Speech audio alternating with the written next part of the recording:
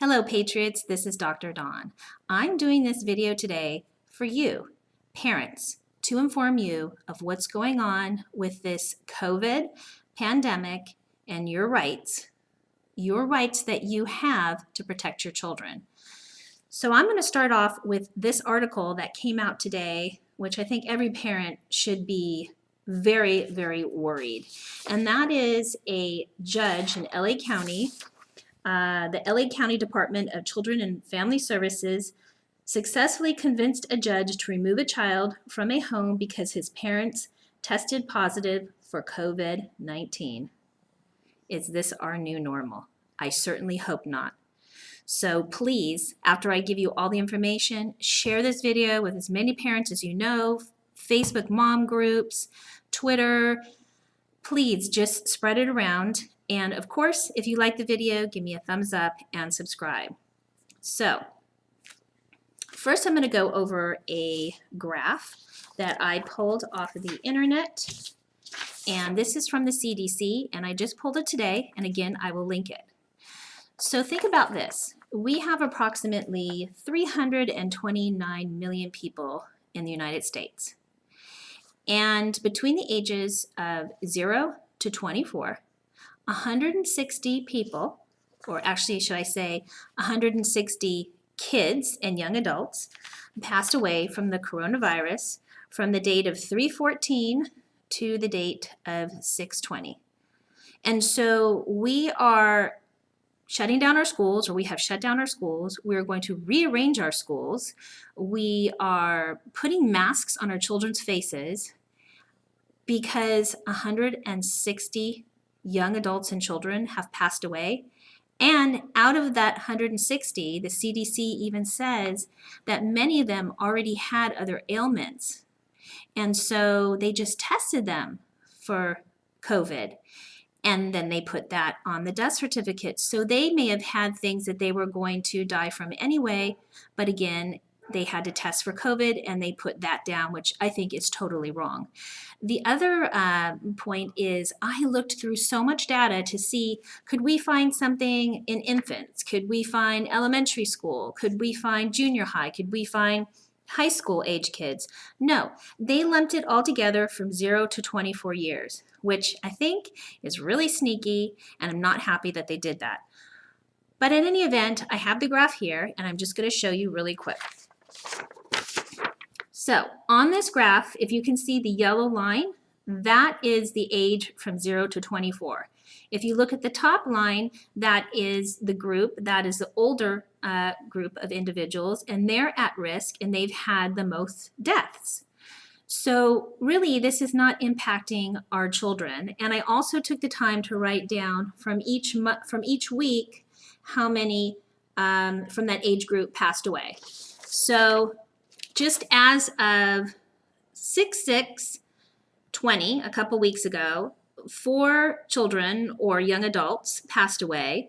6/13, 2 passed away, and 6/20, 0 have passed away. So you can see that it started off with 0 over on here, and now it's ending at 0. So there has been a decrease of people from 0 to 24 year old over the past several weeks. Okay, and we kind of knew that for most people, the death rate would decrease as the virus kind of ran its course. Summer came, and we also have different types of therapies for it. So if someone does get really sick, there's pretty much a cure for this. So all this hysteria, again, with children is unwarranted. And the fact that a child got taken from their parents because the parents had COVID, or they tested positive for COVID, which means they may not even show signs of it. It's just they tested positive. And how do we know all of the tests work? How do we know that some of them aren't false positive? If that was me, I'd be tested over and over again. I just think this is insanity. To lose your children over this. This is how much power that we're giving them, but they don't have the power.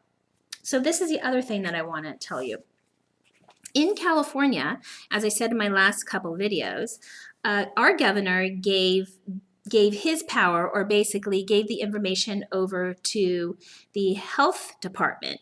And so they're the ones that come up with the guidance. And again, it's a guidance. It's not a mandate. There is no law attached to it where you're going to go to jail for not wearing a mask or not doing what they say, or you're going to be penalized. And store owners should know this too, because if children are going into the market or going into stores and you're saying to that parent that your child needs to wear a mask, I'm sorry, but kids can't even breathe with masks on. It's not healthy for them. And these places really need to understand the law, because they're basically discriminating against people when they force them to wear masks. But let me get back to schools, because I have printed out from the California Department of Public Health, the County Public Health Department, and the education. So now what's happened is in each district, in each of your districts, in each of your states, the district is actually going to decide how your school looks, if it's open, what they're going to do to the school, and so on and so forth. So parents, you really have a voice here. Go to the district and tell them how you feel. Tell them that you want your children to go back to school. Say that you're not for them wearing masks, that you don't think it's healthy. One of the things that they have in here also, additionally, exclude those who have been in close contact with someone diagnosed with COVID-19 from the school for 14 days from the day of their last exposure. So if someone tested positive that may or may not have it, just remember, if the school knows, your child can't come back to school for 14 days. They also are encouraging flu vaccines, which we all know that that's a hit or miss. So they're also encouraging children to do that, and they probably will encourage them, if a vaccine comes out for COVID, to take it, which is very similar to the flu. It's hit and miss. So we don't really quite know. But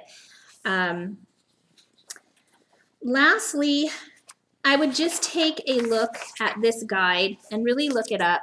I'm gonna post it down below, the link, so that you know what your rights are and what they're mandating for the school. This is also one for childcare and what they're mandating for the guidance for childcare programs, and take a look at that. Lastly, I just wanted to throw this in because they're talking about washing hands, and I talked about in the other video where now some of these places you're going into the stores and they have a little hand sanitizer thing, and I even went to a couple of places where they're forcing you to put it on your hands, which really is against our rights.